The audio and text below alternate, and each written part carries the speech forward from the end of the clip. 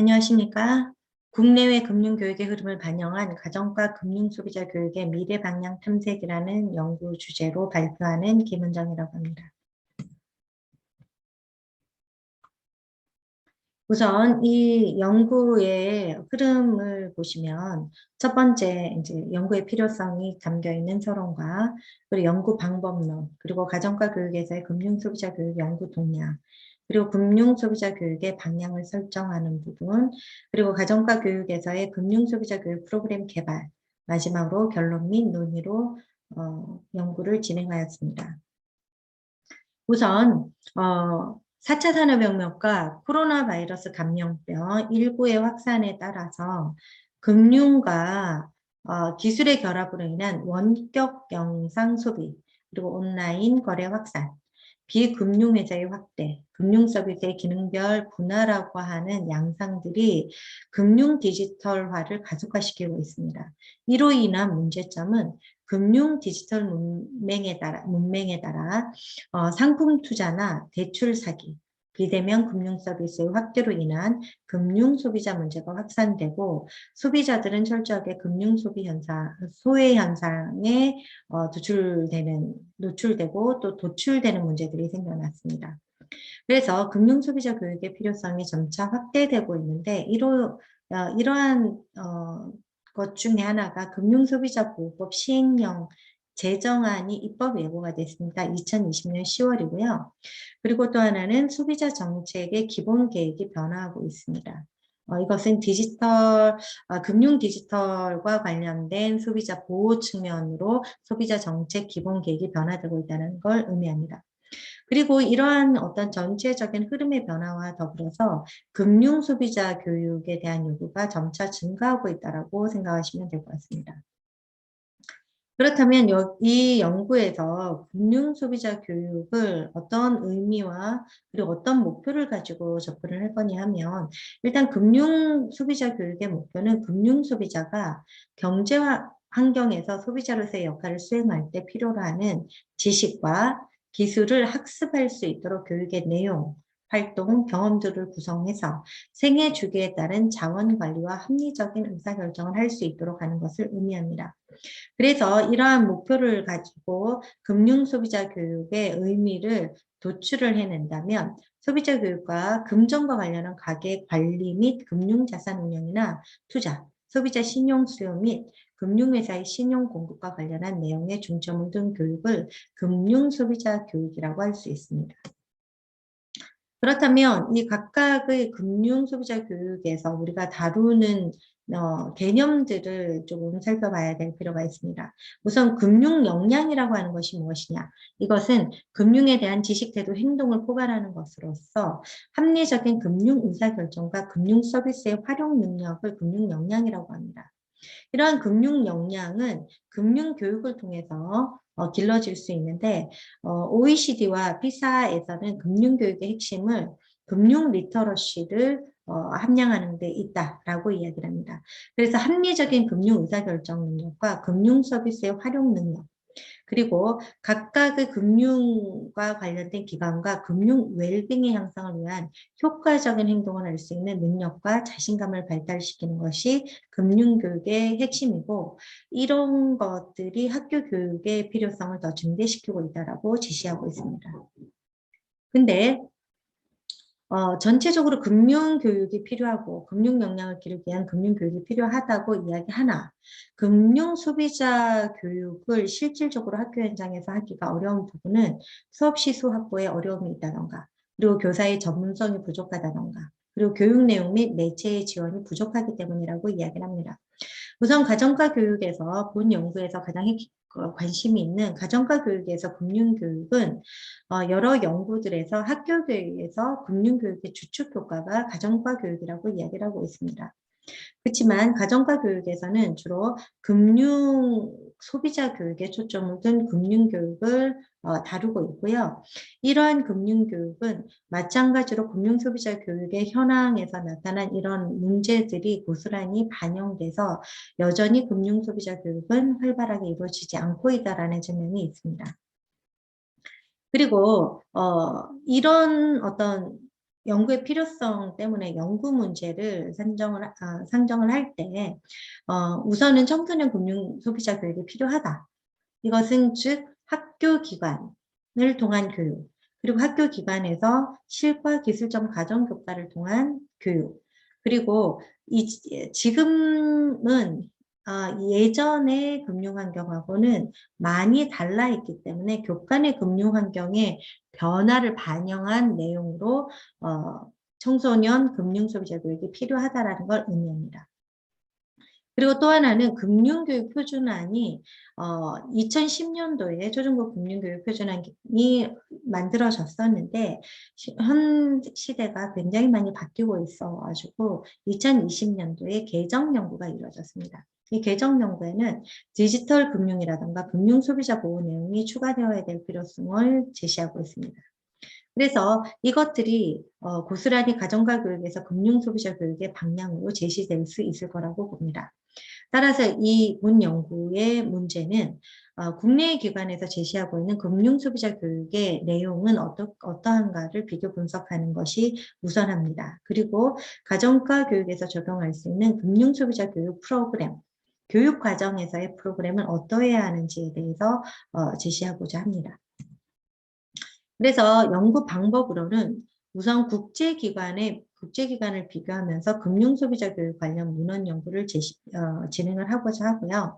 그리고 금융교육 표준안이라고 하는 곳에서 금융소비자 교육의 변화가 반영된 것들을 참고해서 문헌 연구를 진행하려고 합니다. 그리고 교육과정은 7차에서 기술점 가정 교육과정 7차부터 2015 개정 교육과정까지 금융소비자 교육의 방향이 어떻게 이루어지고 있는지를 확인하고자 합니다. 그래서 이러한 어떤 문헌 연구를 통해서 금융소비자 교육과정이 어떻게 다루어져야 되는지에 대한 자료를 개발해서 제시하고자 하는데 우선은 1차적으로 금융소비자 교육 자료를 개발을 하고 그리고 전문가 검토 의견을 받아서 수정 및 보완하고자 하는 것이 본 연구의 연구 방법이라고 볼 수 있습니다. 그리고 가정과 교육에서 금융소비자 교육의 선행 연구들을 토대로 해서 본 연구에서 금융소비자 교육의 어떤 방향성을 제시를 하고자 하는데 우선은 2007 실과 기술적 과정, 개정 교육 과정부터 개인 재무관리 내용들이 충분히 포함되어져 있으나 그 내용 체계를 재구조화할 필요가 있다라는 거죠. 근데 현재 교육과정 문서를 비교를 했을 때 금융소비자 교육 내용은 다수 포함되어 있으나 교육과정에는 이 내용들이 포함되어 있지 않기에 교육과정의 어떤 흐름을 새롭게 구성하는 것이 필요하다는 것이 본 연구의 핵심입니다. 그리고 또 하나는 가정과 교육과 연계한 금융교육 연구라던가 교사에 의한 금융교육 연구가 턱없이 부족하기 때문에 이런 것들이 결국은 학교 교육에서 어떤 금융소비자 교육이 활발하게 일어나지 않고 있다라는 연구 결과들이 있습니다. 그러나 반면 금융소비자 교육을 실제로 교사급에 적용을 했을 때 학생들의 경제 이해력이 상당히 많이 향상을 하고 특히나 초등학교에서 고등학교급을 비교했을 때 초등학교가 훨씬 그 효과성이 크다고 이야기를 합니다. 그래서 이제 본 연구는 초등학교부터 시작해서 초, 중, 고에 해당되는 전체적인 흐름들을 다루기보다 우선 가정이라고 하는 가정과 교육이 지금 현재 중고등학교의 교육과정 속에 특히나 가계 재무 관리와 관련된 내용들이 많이 들어있기 때문에 중학교를 중심으로 해서 좀 더 실용적이고 체험형 금융교육이 필요하다는 선행연구에 요구와 함께 이런 금융교육의 어떤 접근법을 적용하는 교육과정을 제안하고자 하는 것이 본 연구의 목적이라고 볼 수 있습니다. 그래서 우선 금융소비자 교육의 방향을 설정하기 위해서 다양한 기관에서 금융소비자 교육 관련 기관의 교육 영역과 핵심 역량을 비교를 하였습니다. 각 영역은 OECD라고 하는 기관, 점프스타트라고 하는 기관, 그리고 NSFCS라고 하는 것은 미국 가정과협회에서 제시한 내셔널 스탠다드에 해당되는 겁니다. 국가표준이라고 이야기할 수 있는데요.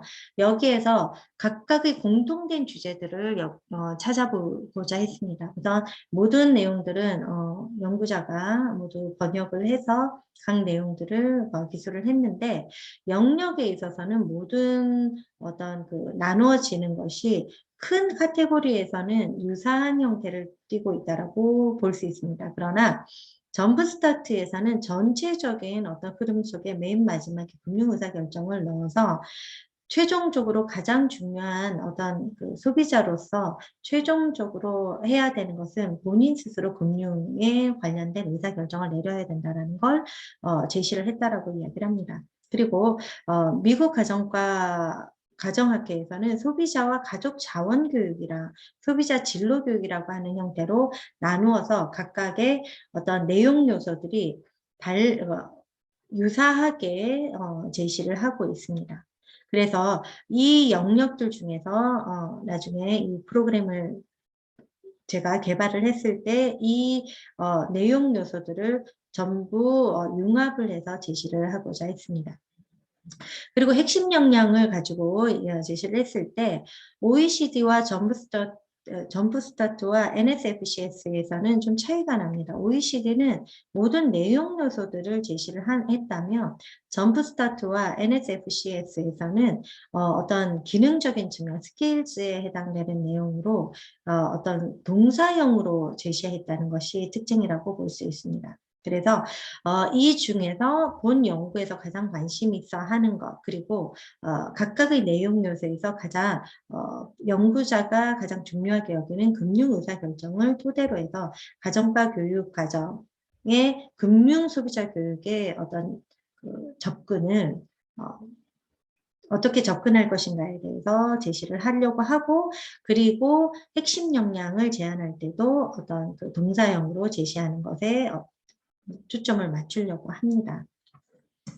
그리고 가정과 교육 과정에서 그렇다면 금융소비자 교육 내용이 어떻게 변화했는가를 보면 7차 개정 교육과정부터 2015 개정 교육과정까지 거의 유사한 형태로 초중고 가정과학까지 유사한 형태로 이루어지고 있습니다. 근데 가장 사실은 금융소비자 교육 내용에 많이 포함되어져 있다고 볼 수 있는 가정과학은 지금 2015 현재 선택 과목으로 이루어지고 있기 때문에 교사들이 가정과학을 선택하지 않고 그 학생과 교사가 이 가정과학을 선택하고 그 다음에 이 내용에서 그 소비자 영역을 다루지 않는다면 어떤 금융소비자 교육은 이루어지지 않는다는 거죠. 교육과정상의 문서에는 있으나 결론은 교육되어지지 않는 측면이 있기 때문에 본격적으로 교육과정 안에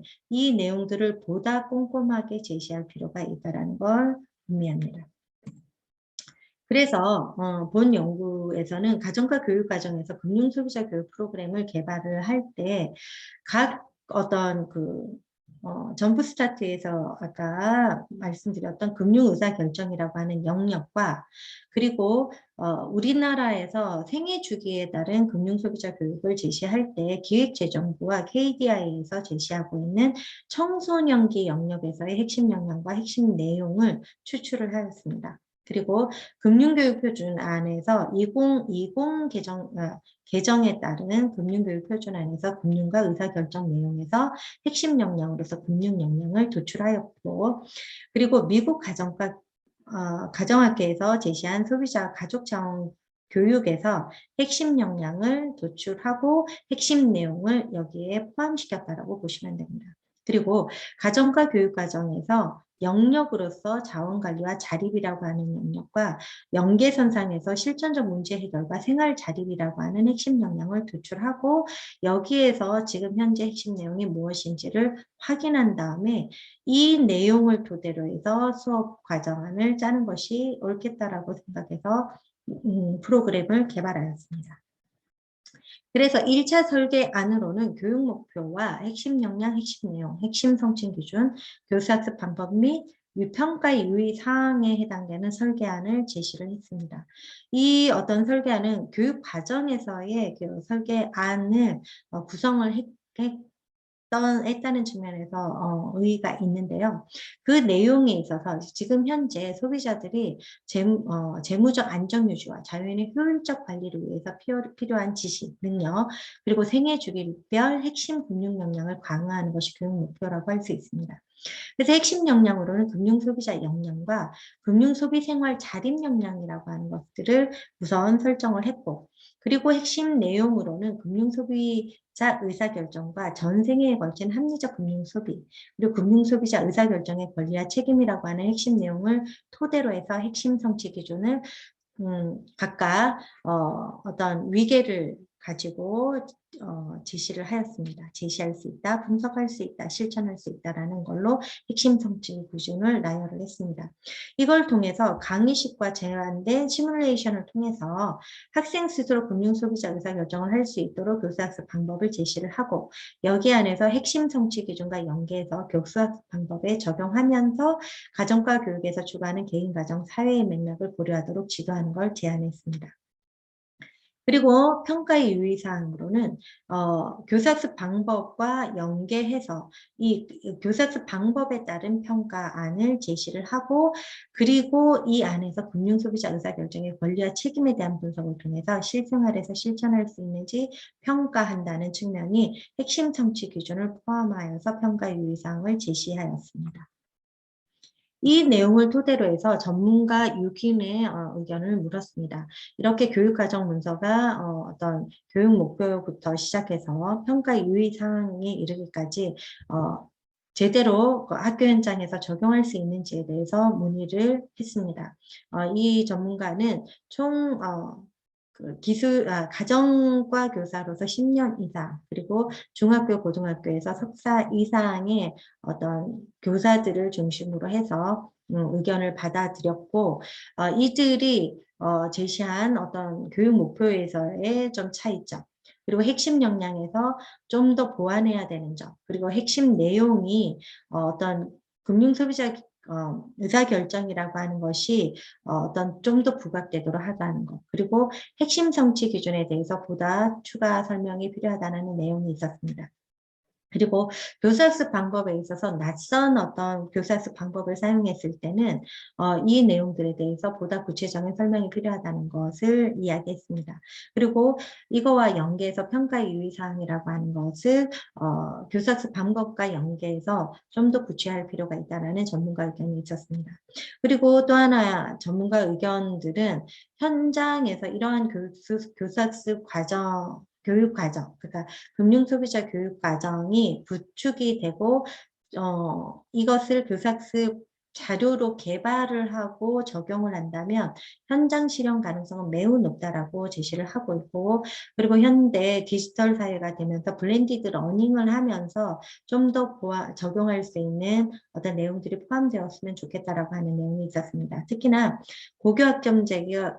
고교학점제가 어떤 시행 2025년을 중심으로 해서 전 고등학교에 확대되고 적용이 되는데, 이때 좀 더 매력적인 선택 과목으로 편성이 가능하다라는 의견을 주었습니다. 자, 그래서 이것과 관련해서 보완했던 내용들이 여기에 2차 설계안으로 제시를 했고, 보다 구체적인 내용들을 포함하는 것들에 대한 내용, 그리고 금융소비자 교육이 보다 어떤 디지털 금융과 관련한 내용들을 포함시켜야 되는 것들이 본 2차 설계안에 제시되어서 전체적으로 교육과정 문서가 추구하는 어떤 틀을 갖추었다라고 할 수 있습니다. 그리고 결론적으로는 본 연구는 문헌 연구를 통해서 가정과 교육에서 금융소비자 교육의 방향을 설정했다는 측면이 있습니다. 그리고 프로그램을 개발을 하고 전문가의 의견을 반영하고 수정을 제시했다는 측면에서 본 연구가 가지고 있는 의의가 있다라고 합니다. 그리고 이것에 대해서 이제 논의를 할 때에는 현장 적용 가능성이 필요하고 그리고 금융소비자 교육 프로그램 개발 및 설계의 필요성을 다시 한번 확인할 수 있는 연구였다. 그리고 학교 수업에서 적용할 수 있는 교수학습 자료가 좀 더 보완되었고 그다음 이것을 적용한 어떤 그 현장 연구 그리고 이것의 효과성에 대한 후속 연구들이 있었으면 좋겠다라고 하는 것이 여기에서 제안점으로 제시되었습니다. 이상 연구에 대한 전체적인 내용을 발표했습니다. 고맙습니다.